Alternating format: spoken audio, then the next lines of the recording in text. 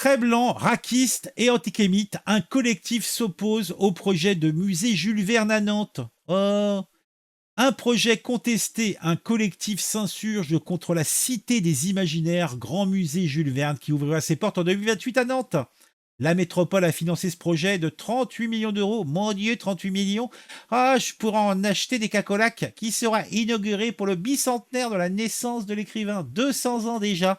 Dans un communiqué datant du 15 mai, les opposants écrivent difficile de trouver un seul de ces 82 romans. 82 romans, il a écrit le bonhomme, qui ne portent pas des traces indélébiles d'idéologie sexiste, racialiste ou colonialiste, tout en vénérant les machines et le progrès du capitalisme prédateur au 19e siècle. Bah oui, bah c'est un romancier de son époque. Hein. À lire aussi dans le processus du wokisme, la morale est une imposture. Bon, il s'appuie notamment sur un ouvrage 5 semaines en ballon. Dans ce roman, Jules Verne fait une comparaison entre des singes et des Africains. La ville de Nantes s'honorerait à mettre en avant d'autres figures de l'histoire locale que cet écrivain blanc et bourgeois au récit problématique. Franchement, mais ils se rendent même pas compte qu'ils sont 1000 fois plus problématiques et qui était à la fois raquiste et antisémite, estime Jean-Luc Bourgoin et Laurence, membres du collectif. Donc des gens qui n'ont jamais rien fait de leur vie à part chouiner. La métropole nantaise et ses élus ne peuvent fermer les yeux sur la place et le rôle de l'imaginaire vernien dans l'histoire coloniale et dans la crise écologique contemporaine. Oui, c'est bien. Pointe du doigt les militants. L'heure n'est plus à la quête d'attractivité, ni à l'invention d'une fake culture basée sur un exotisme de pacotille et sur une culture littéraire colonialiste. Face à ces nombreuses critiques, la présidente de la Société Jules Verne, Laurence Sudray, conteste tous les arguments avancés par les détracteurs. Il s'agit de l'un des plus grands romanciers français. Certes, il évoque parfois certains territoires ou peuples dans des termes qui ne sont plus acceptés aujourd'hui.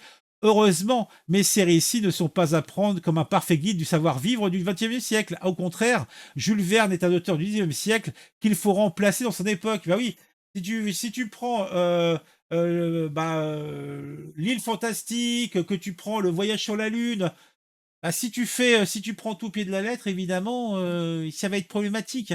Non, mais ces gens sont des tarés. Ce sont des tarés. Tiens, on va quand même aller voir un petit peu. On va essayer de retrouver. Bah tiens, on va prendre Jean-Luc Bourgoin. On va mettre sur Google. On va voir si on a une réponse. Hein, bon, des Bourgoins, il doit y en avoir un tas. Donc Jean-Luc Bourgoin, Nantes. On va préciser Nantes. L'expérience d'une écriture en friche. Alors, l'expérience d'une écriture en friche. Comme écrire à plusieurs croissants des regards, l'expérience de savoir, une collective d'habitants mobilisés contre un projet de conversion d'une ancienne carrière à Nantes a mené un chantier d'écriture originale. Je pense qu'on a trouvé notre bonhomme. Je pense qu'on a trouvé. Attends, CTRL V. Ah, c'est lui qui a écrit ça. Ah, bah c'est peut-être lui. Bah c'est même sûrement, sans doute lui. Donc, métropolitique. Ok, ok. Bah attends, je pense que c'est lui. Est-ce qu'un collectif s'oppose au projet du musée Jules Verne?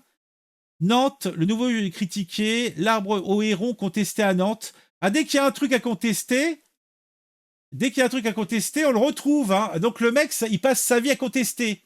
On a déjà fait tomber des projets qui ne font pas de sens. L'arbre au héron contesté à Nantes.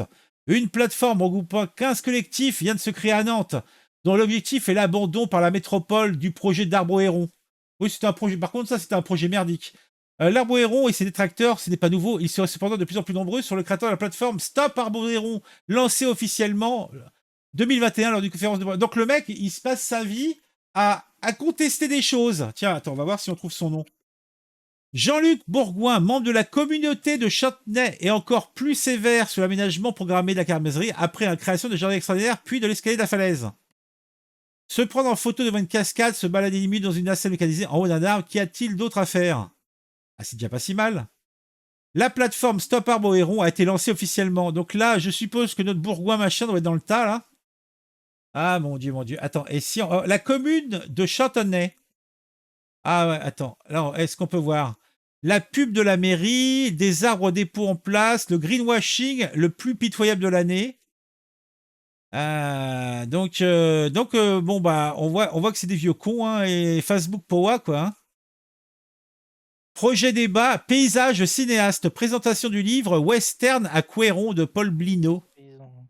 Paysan, ben merci. Ah, Jojo, t'es vraiment un chieur. Hein. Ah, t'es vraiment un chieur. Dans la vraie vie, on serait pas copains, hein, je peux te l'affirmer. Hein. Ah, bon, en tout cas, le mec, il a un univers interne intéressant, Monsieur Bouéron, ou Baron, ou Bourgoin, là, Bourgoin. Mais lui aussi, je pense pas que ça serait mon copain.